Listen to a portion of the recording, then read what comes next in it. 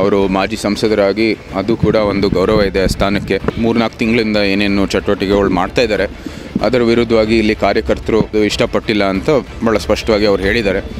ಪಕ್ಷದ ಒಂದು ಚೌಕಟ್ಟಿನಲ್ಲಿ ಎಲ್ಲರೂ ಕೆಲಸ ಮಾಡಬೇಕಾಗಿದೆ. ನಾವು ರಾಜ್ಯದಲ್ಲಿ ವಿರೋಧ ಪಕ್ಷದ ಸ್ಥಾನದಲ್ಲಿದ್ದೀವಿ.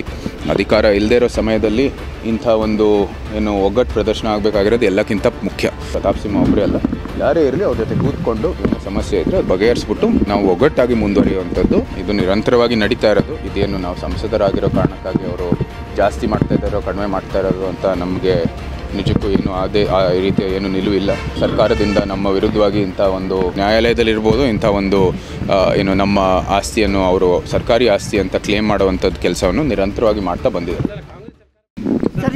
ಪ್ರತಾಪ್ ಸಿಂಹ ಅವ್ರನ್ನ ಪಕ್ಷದಿಂದ ಉಚ್ಚಾಟನೆ ಮಾಡಬೇಕು ಅಂತ ಹೇಳಿ ನಿನ್ನೆ ರಾಜ್ಯಾಧ್ಯಕ್ಷರಿಗೆ ಮನವಿ ಪತ್ರ ಸಲ್ಲಿಸಿದ್ದಾರೆ. ಅವರ ಏನು ಹಿಂದಿನ ಒಂದು 3-4 ತಿಂಗಳಿಂದ ಏನೇನು ಚಟುವಟಿಕೆಗಳು ಮಾಡ್ತಾ ಇದ್ದಾರೆ ಅದರ ವಿರುದ್ಧವಾಗಿ ಇಲ್ಲಿ ಕಾರ್ಯಕರ್ತರು ಅದು ಇಷ್ಟಪಟ್ಟಿಲ್ಲ ಅಂತ ಭಾಳ ಸ್ಪಷ್ಟವಾಗಿ ಅವರು ಹೇಳಿದ್ದಾರೆ. ಅವರು ಮಾಜಿ ಸಂಸದರಾಗಿ ಅದು ಕೂಡ ಒಂದು ಗೌರವ ಇದೆ ಸ್ಥಾನಕ್ಕೆ. ಪಕ್ಷದ ಒಂದು ಚೌಕಟ್ಟಿನಲ್ಲಿ ಎಲ್ಲರೂ ಕೆಲಸ ಮಾಡಬೇಕಾಗಿದೆ. ನಾವು ಕೂಡ ಸಂಸದರಾಗಿ ಪಕ್ಷದ ನಿಲುವು ಮೂಲಕ ಪಕ್ಷದ ಒಂದು ಚೌಕಟ್ಟಿನಲ್ಲೇ ಕೆಲಸ ಮಾಡಬೇಕಾಗಿದೆ. ಅದು ಭಾಳ ಸ್ಪಷ್ಟವಾಗಿರುವಂಥದ್ದು. ಆ ನಿಟ್ಟಿನಲ್ಲಿ ಕಾರ್ಯಕರ್ತರು ನೋವು ಆಗೇ ಆಗುತ್ತೆ. ಯಾಕೆಂದರೆ ನಾವೆಲ್ಲರೂ ಒಗ್ಗಟ್ಟಾಗಿ ನಿಂತಿರುವಂಥದ್ದು ಅವ್ರಿಗೆ ಬೇಕಾಗಿರೋದು ಎಲ್ಲಕ್ಕಿಂತ ಮುಖ್ಯವಾಗಿ. ನಾವು ರಾಜ್ಯದಲ್ಲಿ ವಿರೋಧ ಪಕ್ಷದ ಸ್ಥಾನದಲ್ಲಿದ್ದೀವಿ. ಅಧಿಕಾರ ಇಲ್ಲದೇ ಇರೋ ಸಮಯದಲ್ಲಿ ಇಂಥ ಒಂದು ಏನು ಒಗ್ಗಟ್ಟು ಪ್ರದರ್ಶನ ಆಗಬೇಕಾಗಿರೋದು ಎಲ್ಲಕ್ಕಿಂತ ಮುಖ್ಯ. ಸೊ ಈ ನಿಟ್ಟಿನಲ್ಲಿ ಈ ಕಾರ್ಯಕರ್ತರು ಇಂಥ ಬೇಡಿಕೆಗಳು ಕೊಟ್ಟಿದ್ದಾರೆ. ಏನು ನಮ್ಮ ರಾಜ್ಯ ಅಧ್ಯಕ್ಷರು ಇರ್ಬೋದು, ಆ ಒಂದು ನಾಯಕರು ಇರ್ಬೋದು, ಅವರು ತೀರ್ಮಾನ ತಗೋತಾರೆ. ನೋಡಿ, ನಾವು ಎಲ್ಲ ಏಕತೆಗಾಗಿ ನಾವು ಎಲ್ಲರಲ್ಲೂ ಮನವಿ ಮಾಡೋದು, ಅವರು ವಿನಂತಿ ಮಾಡೋದು ಯಾವಾಗಲೂ ಸಹ ಇವತ್ತುವರೆಗೂ ಸಹ ನಾವು ಯಾರೇ ಇರಲಿ, ಪ್ರತಾಪ್ ಸಿಂಹ ಒಬ್ಬರೇ ಅಲ್ಲ, ಯಾರೇ ಇರಲಿ ಅವ್ರ ಜೊತೆ ಕೂತ್ಕೊಂಡು ಏನೇ ಸಮಸ್ಯೆ ಇದ್ದರೆ ಅದು ಬಗೆಹರಿಸ್ಬಿಟ್ಟು ನಾವು ಒಗ್ಗಟ್ಟಾಗಿ ಮುಂದುವರಿಯುವಂಥದ್ದು ನಾವೆಲ್ಲರೂ ಯಾವತ್ತೂ ಹೇಳೋದು. ಅದೇ ರೀತಿ ನಾವು ಸಹ ಮೈಸೂರಲ್ಲಿ ಮುಂದುವರಿತೀವಿ. ಪ್ಯಾಲೇಸ್ ರಸ್ತೆ ಟಿಡಿಆರ್ ವಿಚಾರವಾಗಿ ಸುಪ್ರೀಂ ಕೋರ್ಟ್ಗೆ ಅರ್ಜಿ ಹಾಕೋಕ್ಕೆ ಕ್ಯಾಬಿನೆಟ್ ಒಪ್ಪಿಗೆ ಆಗಿದೆ.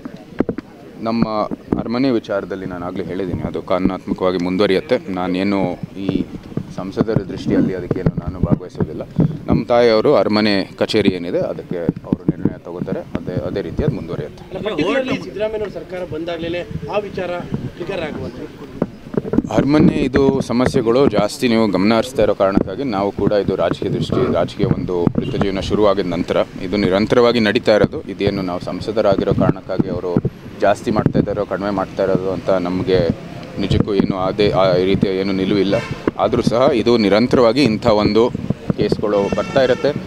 ಸರ್ಕಾರದಿಂದ ನಮ್ಮ ವಿರುದ್ಧವಾಗಿ ಇಂಥ ಒಂದು ಏನು ನ್ಯಾಯಾಲಯದಲ್ಲಿರ್ಬೋದು ಇಂಥ ಒಂದು ಏನು ನಮ್ಮ ಆಸ್ತಿಯನ್ನು ಅವರು ಸರ್ಕಾರಿ ಆಸ್ತಿ ಅಂತ ಕ್ಲೇಮ್ ಮಾಡುವಂಥದ್ದು ಕೆಲಸವನ್ನು ನಿರಂತರವಾಗಿ ಮಾಡ್ತಾ ಬಂದಿದ್ದಾರೆ. ಕಾಂಗ್ರೆಸ್ ಸರ್ಕಾರ ಬಂದಲ್ಲಿ ಈ ಥರ ಜಾಸ್ತಿ ಆಗುತ್ತೆ.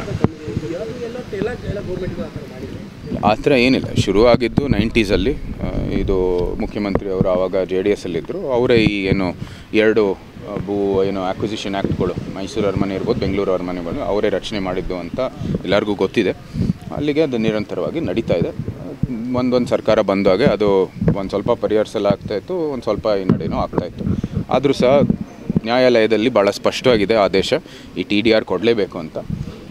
ಅವರು ಅದೇನಾದರೂ ಅವರ ಏನು ನಿಲುವಿದೆ ಅವರು ತೀರ್ಮಾನ ಮಾಡ್ಕೊಂಡು ಅವ್ರು ಮುಂದುವರಿತಾರೆ. ಅದೆಲ್ಲನೂ ಕೂಡ ನಮಗೆ ಆದೇಶ ಬರೋದು, ನಮಗೆ ನಿರ್ದೇಶನ ಬರೋದು ನಮ್ಮ ಕೊಟ್ಟಿದ್ದಾನೆ ಸುಪ್ರೀಂ ಕೋರ್ಟ್. ಟಾರ್ಗೆಟ್ ಆಗ್ತಾ ಇದ್ದಾರೆ. ಇದೇನು ನಾನು ಬಂದಿರೋ ಕಾರಣಕ್ಕಾಗಿ ಅದು ಟಾರ್ಗೆಟ್ ಆಗ್ತಾಯಿಲ್ಲ. ಇದು ನಿರಂತರವಾಗಿ 25-30 ವರ್ಷದಿಂದ ಆಗ್ತಾ ಇರೋದು.